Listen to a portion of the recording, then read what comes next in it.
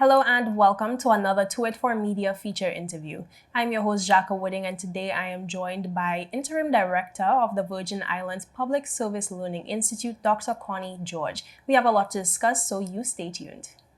At Higher BVI, we're not just about business. We're about empowering lives, and that is because we aspire to inspire. By choosing us, you're supporting a company that believes in equal opportunities, diversity, and community growth. Our mission goes beyond profit. It's about providing HR solutions, fostering talent, and leaving a positive impact. Join us in building a better future, a better BVI. Choose Higher BVI, where your support isn't just a transaction, it's a transformation. Together, we're changing lives in these beautiful Virgin Islands. Welcome back and thank you so much for staying with us. And of course, Dr. George, thank you for being here today. Thank you so much for having me. All right, now let's begin by you setting the stage for us. What exactly is the Virgin Islands Public Service Learning Institute for anyone who might not have heard about it as yet? Thank you for the question, and I'm grateful to be here this morning to just share with the listening audience, the public, all about the Virgin Islands Public Service Learning Institute. So the name is brand new. However, we have had learning and development training in government for quite some time. What we are actually doing now with the Public Service Learning Institute is forming a framework, establishing an institute where all learning and development from government will be taking place. So the Public Service Learning Institute is now an expansion of what was there before into something on a similarity on the level of the community college, where we will be doing certifications, we will have ongoing training, professional development, persons will be able to even acquire degrees, and the list can go on. What was the catalyst to make this change and development to what was existing? So the catalyst, if you would want to call it that, is to improve learning, improve the development and the output from our public officers. We really want to know that we have what we are working very hard at doing, developing a world-class public service. And that world-class public service continues to learn and continues to grow in their areas of specialty.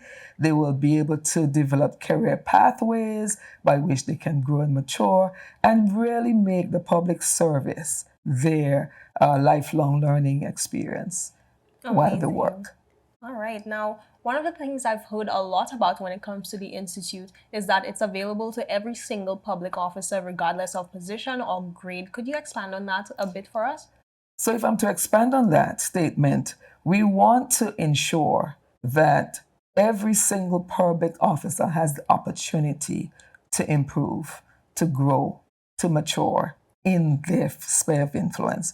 And when I say sphere of influence, I mean if you're in the maintenance area, you should be continuously learning the new areas and new ways of being able to do better at what you do, because there's always a new best practice that's out there. And the Learning Institute will provide ongoing training in every area of the public service, whether technical or academic side of the area of the fields. We also want to look at the persons who are experts in their fields, specialists in their areas. We want to look at the persons who are entry level, who are just coming into the public service.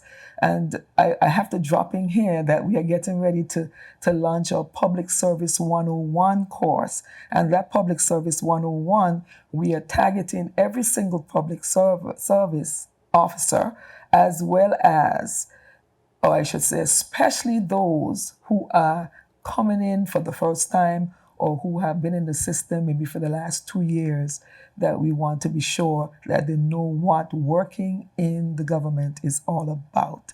It is exciting for us that we are able to launch that program, and we are looking forward to all public officers being able to attend.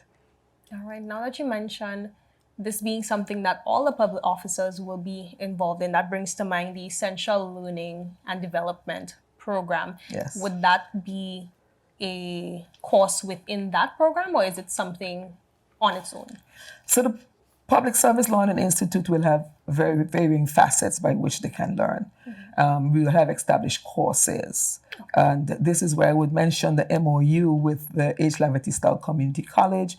We signed an MOU just a couple of weeks ago with the Public Service Learning Institute and HLSCC, where we will partner with them. Whatever courses they're offering, we will allow our public officers to participate in those courses for development, growth, and for credits. So we want you to know that the essential learning hours, we are mandating at the Ministry of Office of the Deputy Governor that every public officer be able to have at least 60 essential learning hours annually. And the way we have dealt with it is that we are saying 5 hours a week of learning in your area of specialty, and that could span whether you're doing a course, whether you're working towards a workshop, you're in a conference, you're reading material, you're looking at videos in your field to strengthen your skill set, and the list can go on. But we want to be sure that there's ongoing professional growth and development for all public officers. All right. Now, one of the things that often comes up when it comes to continuing education, professional education, is the cost that's usually associated with it. In terms of this training and this Institute for the Public Officers, what's the pay structure in regards to that, or is it something coming to the public officers free of charge? It's coming free of charge. Okay. The public officers will be able to benefit from all that we're going to be offering free of charge. Amazing. Now, of course, that would be a encouraging factor, of course, to get more people involved in the public service. So that's definitely a positive way of doing that. Now, with the MOU with HLSCC, you did mention that the Institute is also offering degrees. Are there specific areas that these degrees would be offered in, or is it something where public officers are open to accessing all of the programs at the college? We have not decided on all of the programs at a college. Right now, we are looking more at the programs that are the skill set programs, the technical programs, and the many short courses that they offer on a very regular basis. The maintenance area and all the technical programs.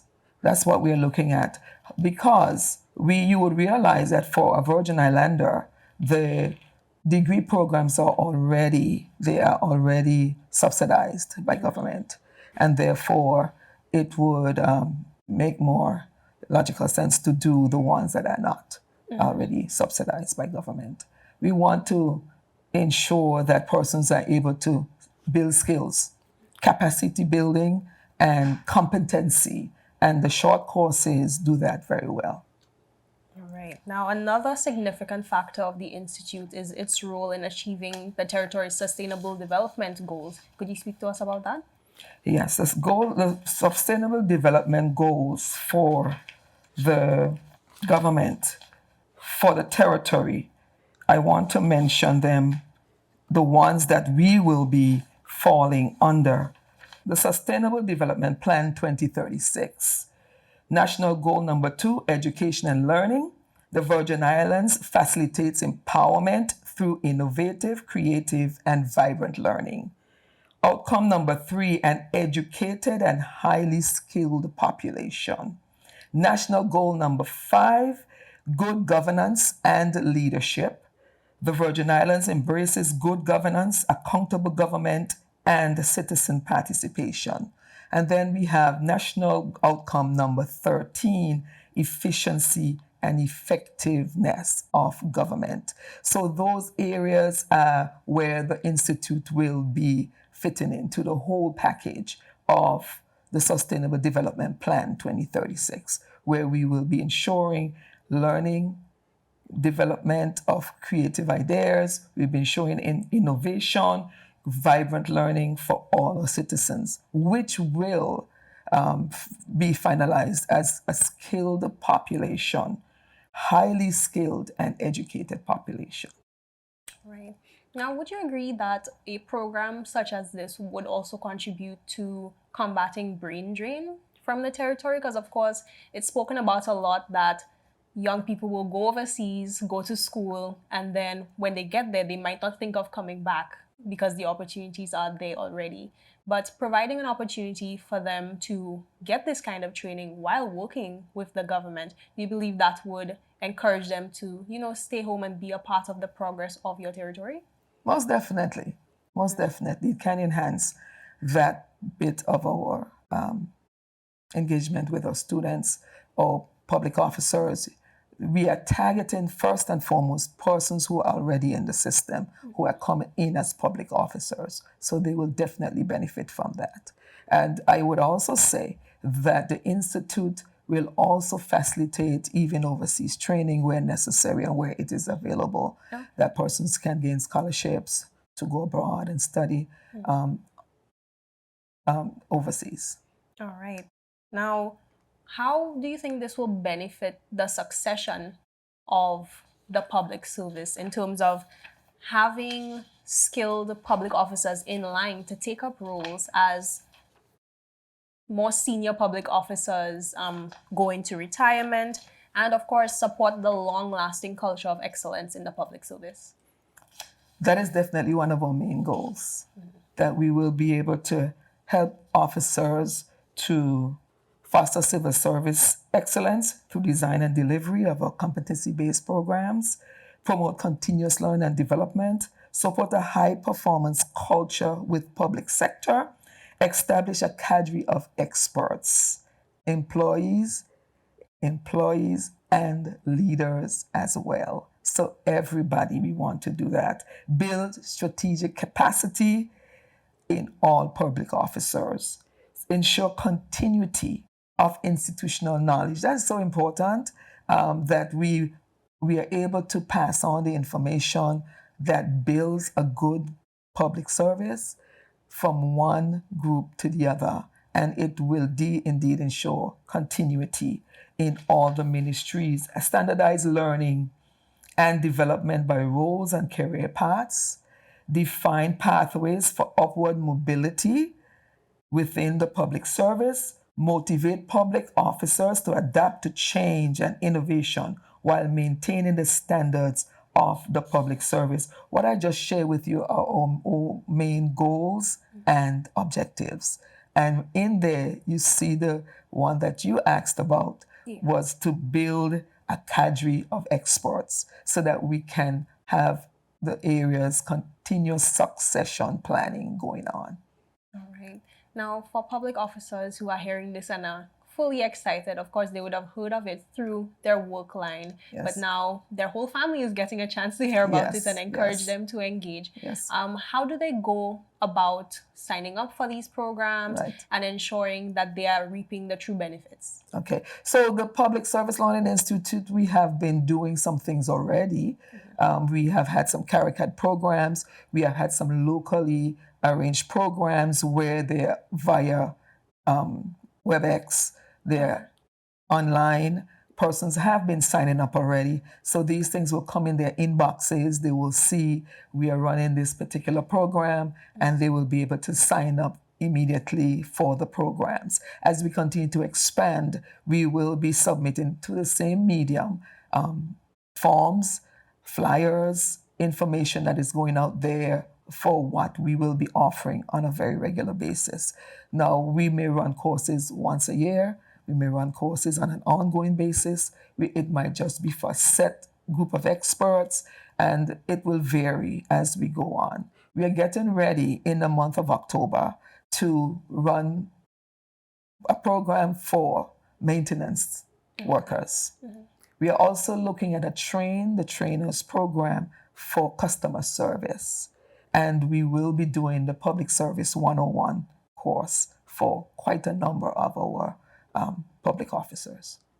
All right. Yes. And of course, that brought to mind the rating system that has been going on, so members of the public can give feedback. So of course, I'm hoping that this institute and all the training that's going on just leads to better and better reviews over time Yes. for the entire public service. Yes. Okay. And that is our goal, that we will see a world-class public service become a reality. All right. And I just want to thank you so much for your time today. Before we leave, do you have any final words? Well, my final words would be to the public officers to jump on board, take advantage of what is going to be available for you. We are very excited about establishing this organization and building on what we had before.